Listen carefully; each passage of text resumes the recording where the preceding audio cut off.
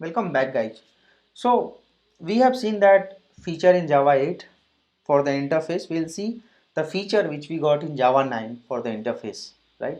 So what happens if you look at with my definitions which I have given here? Since Java 9, we can add private method and private static method in the interface. So two things came in Java actually 9. Here if you look at the private methods and private static methods in the interface. So this private method, if you look at here, will improve your code reusability inside the interface. Like why they have come up with the private, we'll see that. This will help you to you can write more reusable code inside the interface itself. And since it is a private, you cannot access from the outside, because private scope, you know that it is within the class, within the interface, right? For example, if you have two default methods and these two default methods need to share the same common code, right? You can write one private method and you can use in your both default method. So there are rules to design this private method in the interface. One is private interface method cannot be abstract. So when you are writing that private method, it cannot be abstract, which means it cannot be non-implemented. Okay, private method can be used only inside the interface. You cannot use from outside. This is known because the access is private.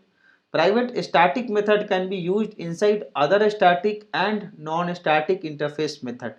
So if it is a private static, can be used inside other static and non-static interface method, right?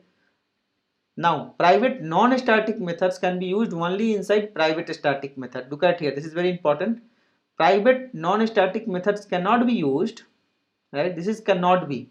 Private non-static methods cannot be used inside private static methods, whereas private static method, it can be used inside static and non-static interface method, right? This all four, whatever you are seeing that here, we'll see with the example. Look at here, you have a method, abstract method, which is nothing but non-implemented method, method 1. Now what you have, method 2, which is a default method which we got in Java 8. So this default method is method 2. This default method calling the method 4 and 5. What is method 4 and 5? So the method 4 is the private method and this is non-static, 5 is static. Okay, one is non-static, one is static, and private method we can write from Java 9 onwards.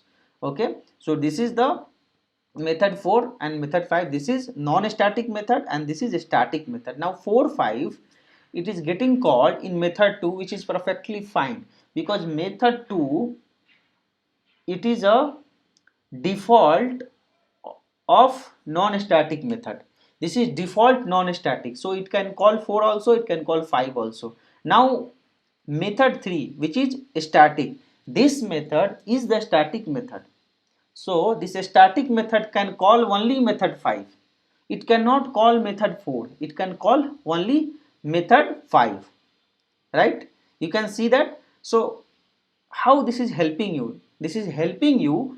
You have a common code which you wanted to call in the method 2 default method, as well as you also wanted to call in the method 3, this method 5, right? In that case, you can design one private method. This method is the private method and you can call from the method 2 and method 3.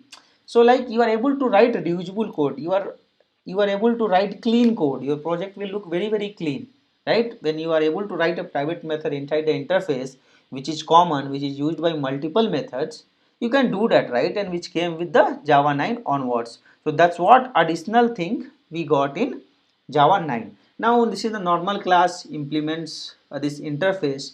So here when actually this guy implements the interface, what method he has to implement? Only one, the method 1.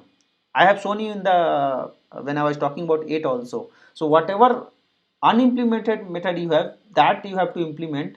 Whatever default and static you have, you don't need to write the implementations. So there is only one method, which is nothing but method 1, I have to write the implementations here. So only for method 1, if you look at, we are writing the implementations here only for method 1. For method 2, 3, we don't have to write. 4, 5 we cannot write because it is a private. 2, 3, why we will not write, because it is a default and it is the static, right? 4, 5 is the private, anyways I cannot write, it is a private. Now look at this, how I am able to access. We are creating the object of child custom class, and then we are calling the method 1, right, this method, and we are calling the method 2. So when we will call the method 2, internally it will go here, and this method 2 will call 4 and 5. So internally it will call 4, internally it will call 5, right, because this guy was default. So when the method 2 was default, I have to call only through object method 2 because it was the default. So to call the default, here if you look at, I am calling on the reference of my object, okay, whereas for method 3, the method 3 what it was, method 3 was static in the interface. So for a static, as I said in Java 8 also, I don't need to depend on the object, I can call on the reference, I can call on the reference of interface. So this is my reference of interface, on that I can call the method 3. And with this we are done with Java 7, Java 8, Java 9, and before Java 8 all the features of the interface. So guys, only my request is, please take a printout of my this PDF, make a notes whatever point I say while speaking, so that you can study offline and you can be awesome in Java. Thank you for watching this.